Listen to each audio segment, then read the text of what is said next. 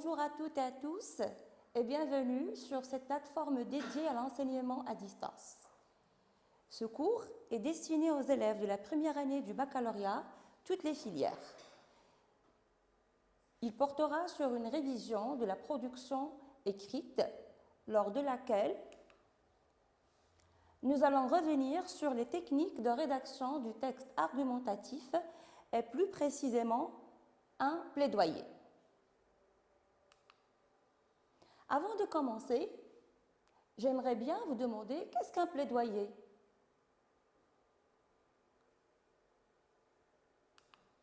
La réponse est simple. Plaidoyer, c'est un nom dérivé du verbe plaider qui est l'équivalent de défendre. Donc le plaidoyer, c'est tout discours dans lequel on défend une idée, une cause précise, une personne, etc. C'est une allocution orale ou article ou texte écrit. Donc, toute personne peut rédiger un plaidoyer, peut rédiger un article pour défendre une cause ou une personne ou une idée, une thèse. Le discours de l'avocat en est un type. Le discours de l'avocat est un plaidoyer. C'est le discours qu'il prononce devant une juridiction plaidant en faveur de son client.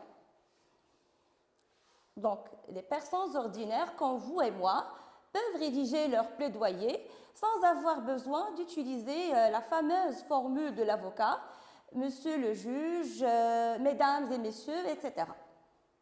Donc, c'est un texte argumentatif comme tous les autres textes. Je vous présente d'abord la consigne.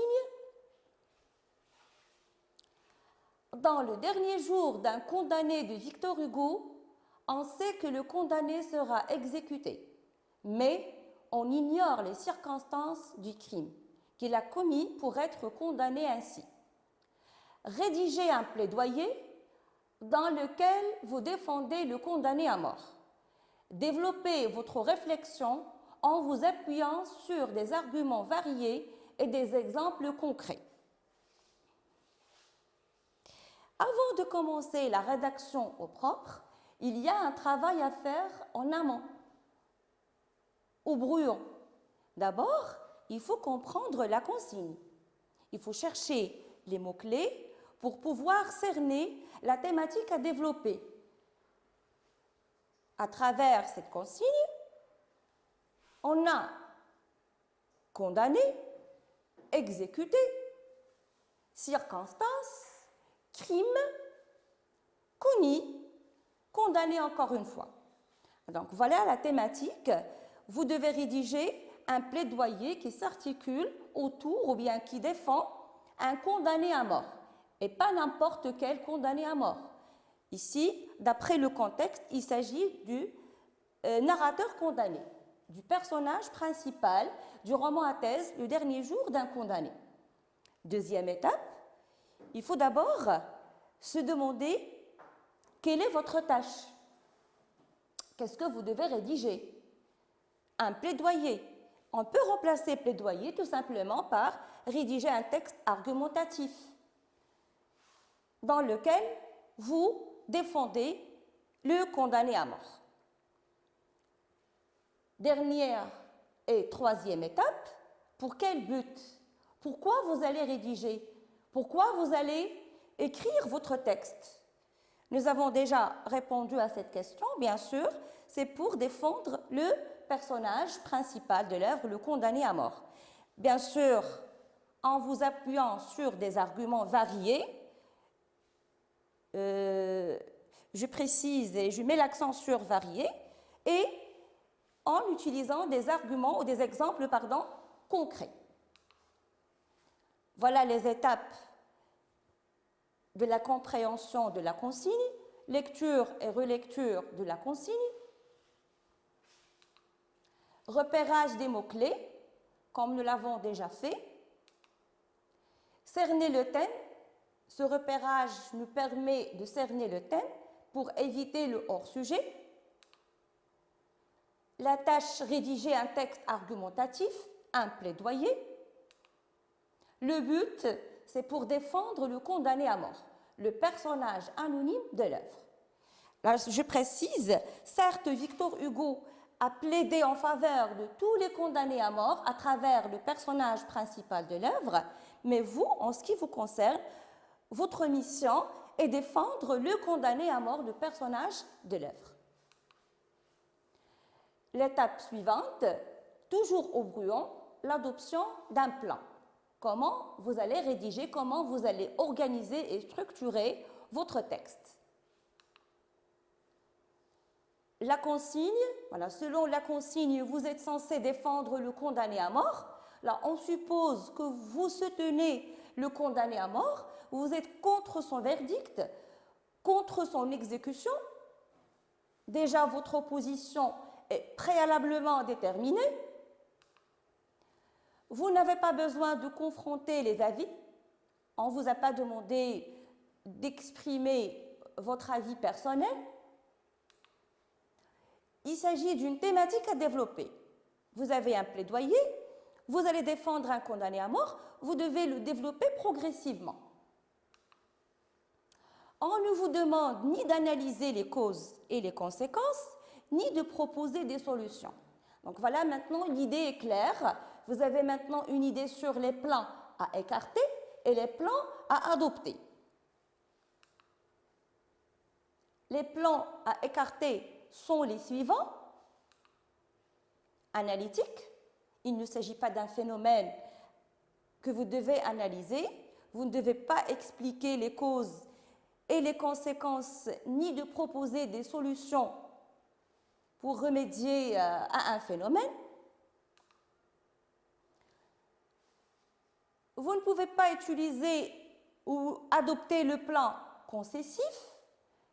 On ne vous demande pas d'admettre dans une première partie pour réfuter dans la seconde. Et aussi, vous devez écarter le plan dialectique, puisqu'on ne vous demande pas d'exprimer le point de vue personnel. Vous n'avez pas besoin de confronter les différents avis pour en donner le vôtre vers la fin. Thèse, antithèse et synthèse. Donc, le plan à adopter et le plan thématique. Autrement dit, le plan simple. Vous avez une thématique à développer, vous avez un plaidoyer à développer, à rédiger, vous avez besoin d'arguments pour plaider en faveur du condamné à mort, vous devez les structurer, les organiser progressivement.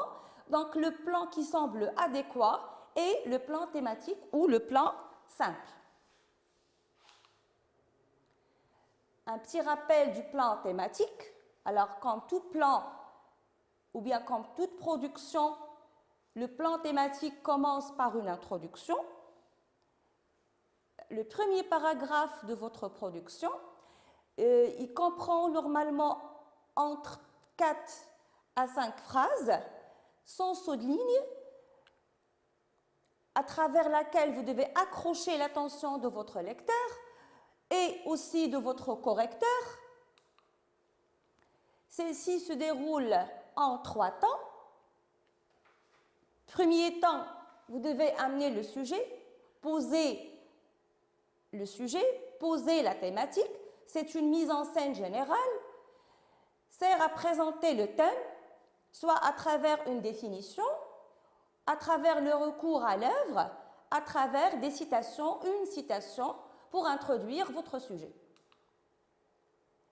Deuxième étape, présenter la problématique, soulever le problème, l'expliciter, contextualiser le problème par rapport à un contexte, à un domaine, par rapport aussi à une époque donnée, à une époque précise. Vous avez pas mal d'expressions pour le contextualiser par rapport à une époque, de nos jours, actuellement, à présent, ces derniers temps, etc. Dernière étape, l'annonce du plan. Vous devez décortiquer le sujet en montrant les points à développer dans chaque paragraphe. Donc, vous devez donner l'impression à votre correcteur, vous devez signaler les étapes de votre développement à partir de l'introduction. Celui qui va lire votre production ou qui va la corriger doit comprendre dès l'introduction ce que vous allez développer. Attention au plagiat. Alors, certains élèves ont tendance à plagier la consigne. Évitez de copier-coller la consigne, il faut la reformuler, il faut respecter ces étapes pour introduire votre texte. Voilà, il est nécessaire de reformuler la consigne en utilisant ses propres termes. Le développement, le corps de votre production. On revient sur le plan thématique, le développement du plan thématique. Le premier paragraphe, vous allez commencer votre premier argument. Vous commencez par un lien logique d'énumération, d'abord, premièrement, en premier lieu, pour signaler le début de votre argumentation. Après, vous introduisez votre premier argument. Vous avez besoin d'un lien logique d'explication pour l'expliquer, pour le justifier. Et un lien logique d'exemplification pour introduire l'exemple. Deuxième paragraphe du développement. Encore une fois, un lien logique d'énumération parce que vous allez rajouter un argument. Vous devez utiliser un lien logique pour énumérer. Ensuite, si vous avez utilisé d'abord dans le deuxième paragraphe, utilisez ensuite. Deuxièmement, bien sûr, si vous avez utilisé premièrement. En deuxième lieu, sur le niveau, par exemple, si vous avez commencé dans le premier paragraphe sur le niveau social, dans le deuxième paragraphe sur le niveau économique et sur le niveau émotionnel, par exemple, dans le troisième paragraphe. Je reviens sur le deuxième paragraphe. Alors, après avoir introduit le deuxième argument, un lien logique d'explication pour introduire la justification ou l'explication, un lien logique d'exemplification pour introduire l'exemple. Par la suite, vous passez au troisième paragraphe, un troisième argument, vous allez l'introduire par un lien logique d'énumération, enfin, en outre, de surcroît, et après avoir introduit le troisième argument, un lien logique d'explication, pour donner la justification et pour expliquer, un lien logique d'exemplification pour introduire l'exemple. Alors, quand vous voyez votre texte, comprend 3 paragraphes, un argument chacun. Alors, les arguments seront structurés et organisés d'une manière progressive. En ce qui concerne la conclusion, c'est une récapitulation des affirmations. Vous allez répondre aux questions que vous avez déjà posées dans l'introduction. C'est le bilan des arguments avancés dans le corps du sujet. Vous pouvez vous arrêter ici, ou bien vous pouvez poser une question d'ouverture, s'ouvrir sur d'autres sujets, bien sûr en relation avec le thème traité. Alors, je rappelle encore une fois que l'introduction et la conclusion sont communes à tous les plans. La même technique, vous allez utiliser la même technique pour rédiger l'introduction et la conclusion. Ce qui est différent est le développement. Attention encore une fois, il ne s'agit en aucun cas de reprendre les mêmes arguments déjà cités dans le développement. Ce n'est pas la peine de redire les mêmes arguments et de répéter les mêmes arguments. Il suffit tout simplement d'analyser. Il y a toujours un problème pour les élèves. Ils ne cessent de poser cette question. Où trouve-t-on les arguments? Les arguments, tout simplement, sont variés.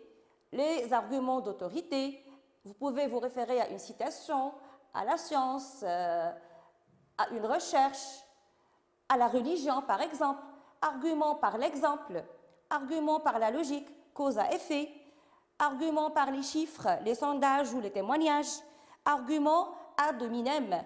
Là, à travers cet argument, vous vous attaquez directement à votre adversaire, à son idée, à son idéologie. Pour les exemples,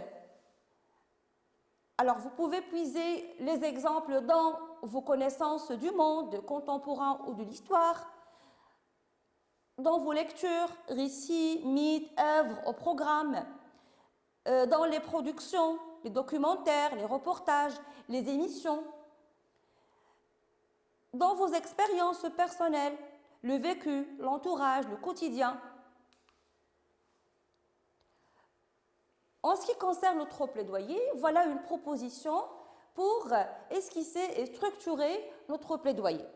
Alors, dans l'introduction, nous allons présenter le projet à défendre, nous allons rappeler brièvement la situation du narrateur condamné par rapport à l'œuvre, nous allons nous référer à l'œuvre, rappeler son crime et la peine qui lui a été infligée, problématiser, mentionner qu'il y a une erreur probable au niveau des mesures prises et de la procédure adoptée, annoncer le plan, signaler que le verdict est injuste et se demander si c'est possible de lui accorder une seconde chance. Pour le développement, il faut maintenant recourir à l'œuvre. En relever les arguments fournis par Victor Hugo. Se focaliser sur les arguments qui mettent en valeur le personnage. Plaider en sa faveur. Organiser progressivement les arguments. Un argument par paragraphe. Expliquer chaque argument. Chercher des exemples pertinents pour illustrer les arguments. Pour la conclusion,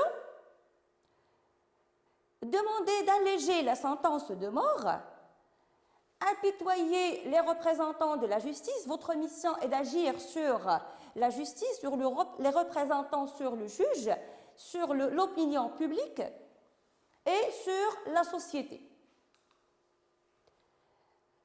Voilà les arguments à travers l'œuvre, les arguments favorables ou bien qui nous aident à plaider en faveur du condamné à mort. Il ne mérite pas mourir dans la fleur de l'âge. Il est dans les quarantaines, jeune et robuste, d'après le chapitre 3 et le chapitre 15. Il est docile, sensible, instruit et raffiné d'éducation. Il n'a jamais eu de conflit ou de malentendu. Chapitre 3. C'est un homme pieux qui ne rate aucune messe dominicale. Une personne qui croit en Dieu ne peut pas ôter la vie à autrui. Chapitre 5. Le regret et le remords lui rangent le cœur et l'esprit. Il ne cesse de penser à sa victime. Chapitre 34. Il n'a pas de récidive. Son passé est marqué par l'innocence et la soumission à la loi. Toujours le chapitre 34. C'est un père de famille. Sa fille sera orpheline et déshonorée après sa mort. Elle aura le même sort que le frioche. Rappelez-vous l'histoire du frioche. Chapitre 9, 26 et 43. La préméditation a été écartée selon son avocat. Chapitre 2. Alors voilà ce que nous avons pu relever à partir de la lecture de l'œuvre. Voilà une proposition d'introduction en respectant les étapes que je vous ai déjà présentées. Dans le dernier jour d'un condamné de Victor Hugo, le personnage principal a été condamné à mort d'avoir commis l'homicide, comme il l'a avoué dans le chapitre 11. Certes, la punition infligée au condamné semble légitime par rapport à son délit, mais la procédure juridique demeure lacunaire. Or, la question qui se pose dans ce contexte, n'est-il pas injuste de châtier ainsi un être humain sans prêter attention aux circonstances du crime? Ne mérite-t-il pas une seconde chance? Alors là, quand vous voyez, j'ai présenté le sujet dans la première phrase. J'ai utilisé une concession pour problématiser, pour signaler qu'il y a un problème. Et finalement, à travers une question, à travers une phrase interrogative, j'ai annoncé le plan. Alors déjà, à travers la question, j'ai signalé que je vais plaider en sa faveur. une proposition de développement. Alors, nous allons commencer notre développement par une phrase pour signaler l'injustice. Le narrateur anonyme qui sera exécuté en cérémonie ne mérite pas ce sort. Alors, je vais plaider en sa faveur. Donc, pour moi, il ne mérite pas ce sort. De prime abord, il ne s'agit pas d'un élément nuisible à la société. En effet, ce citoyen ne représente aucune menace vu qu'il n'a pas de récidive. Ainsi, confirme-t-il dans le chapitre 34 quand il a évoqué l'innocence qui marquait son passé. Alors là, comme vous voyez, j'ai introduit un argument, j'ai utilisé un lien logique d'énumération, puis un lien logique de justification pour introduire la justification et ainsi pour introduire l'exemple. Deuxième paragraphe.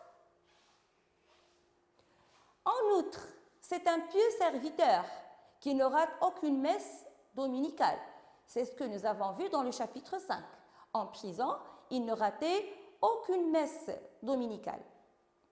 C'est-à-dire, je vais justifier, c'est d'après moi, quelqu'un qui croit en Dieu ne peut jamais ôter la vie à autrui, à moins qu'il ne soit en cas d'autodéfense.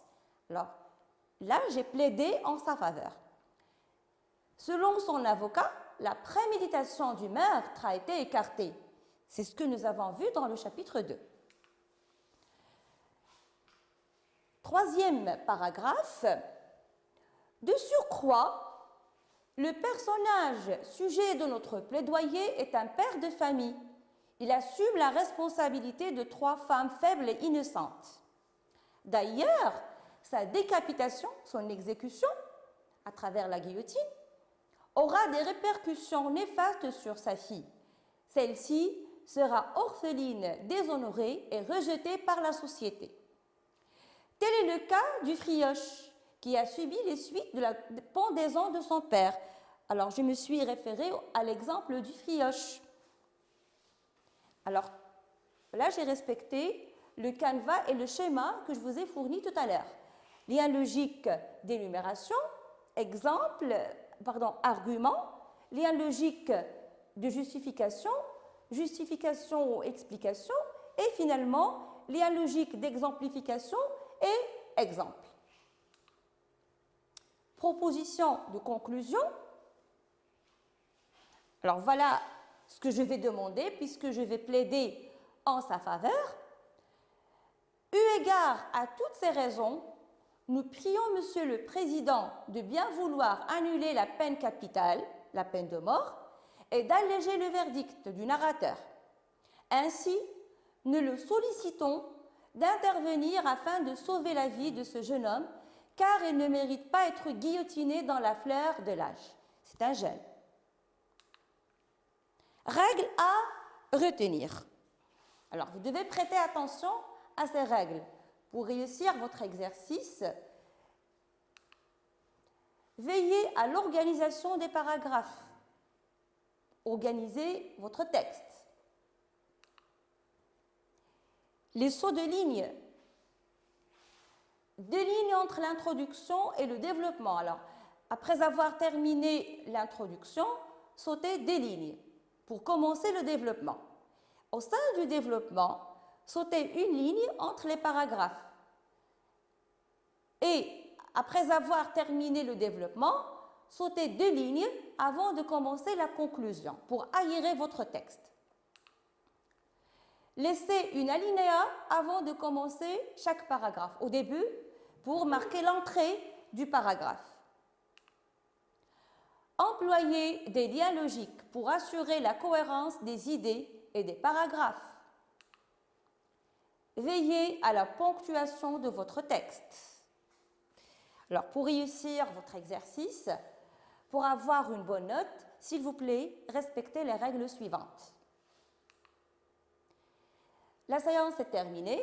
Merci pour votre attention et bon courage.